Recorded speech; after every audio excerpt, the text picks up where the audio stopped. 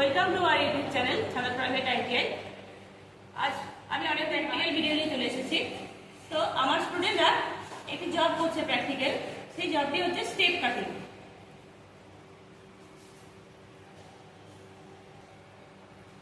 তো এই জবটা করার জন্য প্রথমে আমাকে একটা মেটাল নিতে হচ্ছে।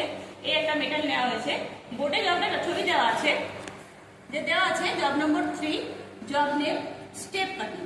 আরএমএস দেওয়া আছে 48 × 48 × 10। তার মানে হচ্ছে র মেটেরিয়াল সাইজ আমরা নিয়েছিলাম।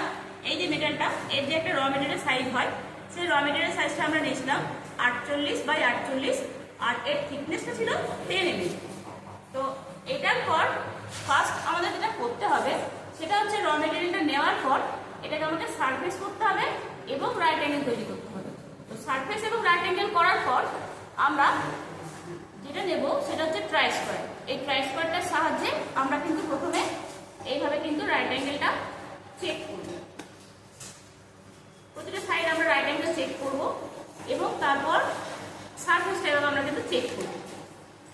এরপর সারফেস রাইট অ্যাঙ্গেল হয়ে যাওয়ার পর এরপর নেক্সট স্টেপ হচ্ছে আমার এটার মধ্যে চকিং করতে হবে।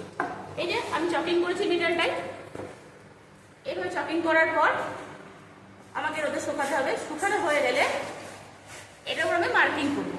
তো মার্কিং করার জন্য আমার কী কী লাগবে? ফার্স্ট লাগবে আমার একটা স্টিল রুল, 2 নম্বর লাগবে আমার একটা অরলেক ক্যালিপার। আমি এর সাহায্যে কিন্তু আজ মার্কিং করে দেখাবো। যাই হোক, শুরু করছি মার্কিংটা।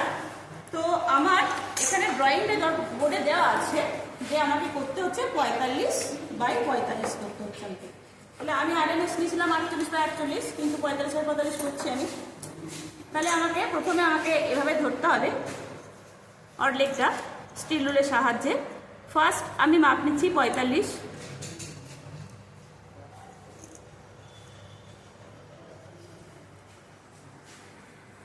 মাপ নিলাম স্টিল রুলের সাহায্যে। এরপর আমার যেদিকটা রাইট অ্যাঙ্গেল আছে সেদিকটায় আমি অরলেকটাকে এভাবে ধরবো। ধরার পর আমি 45-এর মাপটা টানলাম এই সাইড দিয়ে একবার, আর একবার 45-এর আমি মাপটা টেনে নিলাম। এরপর আছে আমার স্টেপগুলো হবে 15-15 করে। তাহলে আমি আবার নেক্সট 15 মাপ নিচ্ছি, স্টিল রুলের সাহায্যে 15 মাপ নিলাম। 15 মাপ নেওয়া হলো। এবার আমি 15 দাগটা টানছি, এইদিকে একবার টেনে নিলাম, আবার এই সাইডের দিক ঘুরিয়ে আনি একবার 15 দাগটা আমি টেনে নিচ্ছি। নেক্সট হচ্ছে 15 পর 15 মানে আমাকে টোটাল মাপটা নিতে হচ্ছে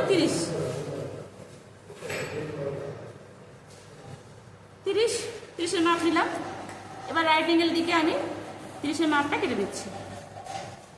আবার নেক্সট ঘুরিয়ে আমি মেটালটাকে ঘুরাচ্ছি, ঘুরিয়ে এইভাবে আমি 30-এর মাপটা কেটে নিলাম। তাহলে এইভাবে আমার কিন্তু অরলেক ক্যালিপারের সাহায্যে মার্কিং করা যায়। এবার মার্কিং করার পর আমি এটাকে পাঞ্চিং করব। তাহলে পাঞ্চিং করার পর আমার মেটালটা হচ্ছে এরকম, ঠিক এই শেপটা হচ্ছে পাঞ্চিং করার পর। এই যে বাইরে এই যে এক্সট্রা যে পার্টগুলো আছে এই পার্টগুলো কিন্তু আমি 100 দিয়ে কেটে বাদ দেবো। তার আগে বলিনি পাঞ্চিং করার জন্য আমি কি ইউজ করব না, আমি ইউজ করবো একটা ডট পাঞ্চ আর একটা বল পিন হ্যামার। এর সাহায্যে কিন্তু আমি পাঞ্চিংটা করব।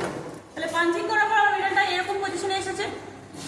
এই পজিশনে আসার পর আমি মেটেরিয়ালটাকে হ্যাক শোয়িং করবো এক্সট্রা মেটেরিয়ালটা কেটে ফেলার জন্য। হ্যাক শোয়িং করার পর আমি সেটাকে ফাইলিং করে কিন্তু আমার এই যে জবটা আমার বোর্ডে আছে এই শেপটা কিন্তু আমার আসবে। তাহলে এটা কিভাবে এসেছে না, দেখো আমি একটা জব নিয়ে এসেছি, এই আমার ফাইল করার পর পাঞ্চিং করার পর আমার জবটা কিন্তু ঠিকঠাক এরকম পজিশনে দেখতে হবে। এটা এখনো পুরোপুরিভাবে তৈরি হয়নি, কিন্তু একটু ফাইলিং আরও করতে হবে। তারপর কিন্তু আমার জবটা ঠিক এরকম দেখতে হবে। এই যে বোর্ডে দেখা আছে এই ছবিটা, ঠিক এরকম কিন্তু আমার জবটা দেখতে হবে। এই জবটার নাম হচ্ছে স্টেপ কাটিং। তাহলে আজকে স্টুডেন্টরা তোমরা শিখলে তো কিভাবে অরলেক ক্যালিপার এবং স্টিল রুলের সাহায্যে আমরা পাঞ্চিং করতে পারি, পাঞ্চিং নয় মার্কিং করতে পারি। ঠিক আছে, এইভাবেই কিন্তু তোমরা তোমাদের নিজেদের জবগুলি কিন্তু মার্কিং করবে। ঠিক আছে, তাহলে আজ এখানেই শেষ করলাম। ভিডিওটি ভালো লাগলে লাইক, কমেন্ট, শেয়ার।